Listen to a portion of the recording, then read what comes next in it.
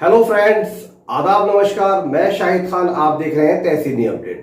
ताज़ा खबरों के लिए जुड़े रहिए हमारे चैनल के साथ। आज के बुलेटिन में है 3 खबरें जो कि उत्तर प्रदेश से हैं और इन खबरों से पता चलता है कि उत्तर प्रदेश में कानून व्यवस्था का क्या हाल है।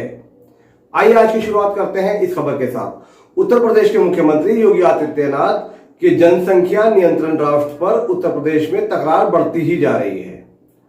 उत्तर प्रदेश विधि आयोग की ओर से तैयार किए गए जनसंख्या नियंत्रण ड्राफ्ट में सुझाव देने के लिए 4 दिन में 5000 से अधिक ईमेल पहुंच चुके हैं। लेकिन अब मुख्यमंत्री योगी आदित्यनाथ के अपने ही इस नीति के विरोध में उतर आए हैं। विश्व हिंदू परिषद ने ड्राफ्ट के कुछ प्रावधानों पर आपत्ति दर्ज कराई है। परिषद के कार्यकारी सदस्य आलोक कुमार ने विधि आयोग को पत्र लिखा है। वहीं ड्राफ्ट के विरोध में विश्व हिंदू परिषद के साथ साथ मुस्लिम शिक्षण संस्थान दारुल उलूम देवबंद भी जुड़ गई है। देवबंद ने नीति को हर समाज के खिलाफ बताया है। वहीं बिहार के मुख्यमंत्री नीतीश कुमार ने भी कह दिया है कि नीति कारगर नहीं है। उन्होंने कहा कि जनसंख्या नियंत्रण कोई कानून बनाकर नहीं किया जा सकता। विश्व हिंदू परिषद के कार्यकारी अध्यक्ष आलोक कुमार ने आयोग को भेजे पत्र में कहा है कि वन चाइल्ड पॉलिसी से समाज में आबादी का असंतुलन पैदा होगा। सरकार को इस संबंध में सोचना चाहिए क्योंकि ये जन्म दर को 1.7% पर ले जाएगा। इस पर फिर से विचार करने की जरूरत है। वहीं सोमवार को दारुल उलूम के मोहतमिम मुफ्ती अबुल कासिम नोमानी ने कहा कि जिनके 2 से अधिक बच्चे होंगे उन्हें सुविधाओं से वंचित किए जाने का मतलब उन बच्चों के साथ नाइंसाफी होगी। किसी को सुविधाओं से वंचित कर दिया जाना कौन सी नीति है? देश में जब से भाजपा सरकार आई है रोज नए कानून, नई योजनाएं बनती हैं और कुछ ही दिनों में बदल दिए जाते हैं या ठंडे बस्ते में चले जाते हैं। देश के सरकारी विभाग में अगर किसी को किसी काम पर रखा जाता है तो उसकी योग्यता तय की जाती है, वो चाहे चपरासी से लेकर जिला अधिकारी तक ही क्यों ना हो। एक योग्यता का एक मापदंड होता है। उसी तरह चुनाव लड़ने वाले प्रत्याशियों के लिए भी एक शिक्षा का मापदंड बनना चाहिए। लेकिन देश का दुर्भाग्य यह है कि देश को वो लोग चला रहे हैं जिनको कलम पकड़ने की भी तमीज नहीं है और लिखने चले हैं कानून। खैर छोड़िए, तो चलता ही रहेगा। हम चलते हैं अपनी दूसरी खबर की ओर जो आ रही है गाजियाबाद से। गाजियाबाद के मुरादनगर विधानसभा से बसपा के पूर्व विधायक रहे वहाब चौधरी को पुलिस ने समीर हत्याकांड में गिरफ्तार कर लिया है। थाना मुरादनगर पुलिस ने समीर हत्याकांड के मामले में पूर्व विधायक वहाब चौधरी, उनके भतीजे आहत समेत 3 आरोपियों को गिरफ्तार किया है। आरोप है कि पूर्व विधायक वहाब चौधरी ने आहत को समीर की हत्या के लिए उकसाया था और पूर्व विधायक के बेटे ने ही आहत को पिस्टल मुहैया कराई थी। पुलिस ने अभियुक्त आहत के कब्जे से एक पिस्टल, 32 बोर, 2 जिंदा कारतूस भी बरामद कर लिए हैं। जानकारी के अनुसार शहजाद पुत्र वकीलू निवासी मोहल्ला सरायकेला मंडी, थाना मुरादनगर, गाजियाबाद का रहने वाला है। वो अपने पुत्र समीर के गायब हो जाने की सूचना थाना मुरादनगर में देता है। सूचना पाते ही पुलिस समीर की तलाश शुरू कर देती है। शहजाद ने लिखित तहरीर में बताया कि देर रात आहत उनके पुत्र को बुलाकर ले गया था। रात भर समीर लापता रहा। रविवार की सुबह समीर का वेद विहार कॉलोनी में सड़क किनारे शव पड़ा मिला। इस मामले में मृतक समीर के पिता शहजाद ने आहत समेत कुछ अज्ञात के खिलाफ रिपोर्ट दर्ज कराई थी। आइए देखते हैं क्या कह रहे हैं पुलिस अधीक्षक ग्रामीण इरज राजा।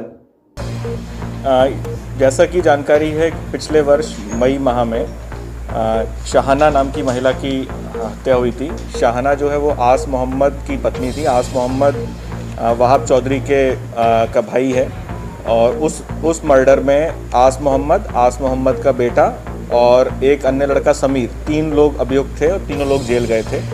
उसमें समीर और आहत की ज़मानत फरवरी मार्च माह में लगभग हुई है। तो उसके बाद से जो समीर था, समीर और ये भी दोनों भी शामिल थे।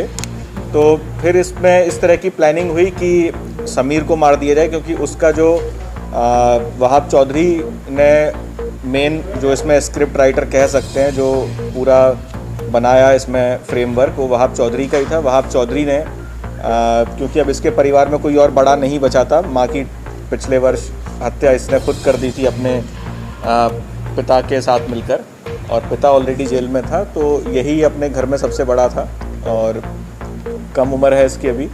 तो इसने जो वहाब चौधरी ने बोला कि इस तरह से अगर इसको मार दोगे तो ये हमारे ख़ानदान पे से जो दाग है कि हमने अपनी घर की बहू को मार दिया वो ख़त्म हो जाएगा। इसके अलावा कहीं ना कहीं वहाब चौधरी के दिमाग में ये भी था कि राजनीतिक वर्चस्व जो है वो, क्योंकि आस मोहम्मद पे लगभग 46 मुकदमे हैं, बहुत ही बड़ा क्रिमिनल वो रहा है, हिस्ट्री शीटर भी है मुरादनगर का, तो उसको कहीं ना कहीं इस्तेमाल किया जाता रहा है इनके द्वारा। तो लेकिन 1.25 साल से, क्योंकि पुलिस की कार्रवाई के कारण वो 1.25 साल से लगातार जेल में है, उसकी ज़मानत नहीं हो पा रही है, तो उस कारण से इनको लगा कि मौका अच्छा है वहाब चौधरी को, और इन्होंने जो आस मोहम्मद का बेटा है जो कि ऑलरेडी अपनी माँ की हत्या कर चुका था, उसी को इस घटना में इस्तेमाल किया कि समीर की हत्या कर दे, ताकि समीर की हत्या करने के बाद जो भी चीज़ें हैं वो तेरे ऊपर से हट जाएंगी कि, और यही कहा जाएगा कि समीर ने माँ का मर्डर किया था और इस कारण से तूने बदला ले लिया।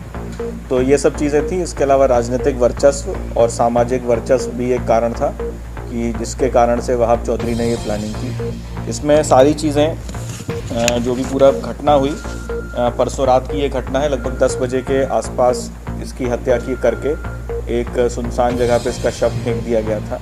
अभियुक्त आहद ने पुलिस को बताया उसकी मां की हत्या करीब 1 वर्ष पहले मई 2020 में हुई थी, जिसमें समीर, शाहरुख तथा उसके पिता आस मोहम्मद और आस मोहम्मद की दूसरी पत्नी भूरी उर्फ तबस्सुम जेल गए थे।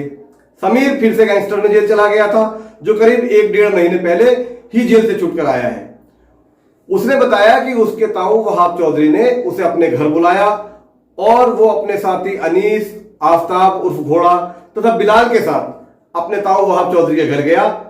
वहां पर उसके ताऊ का लड़का आदिल भी मौजूद था।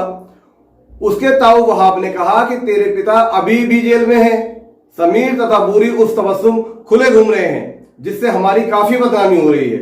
तू समीर को क्यों नहीं मार देता? मेरे ताऊ वहाब चौधरी ने आदिल से कहा कि इसे पिस्टल दे दो।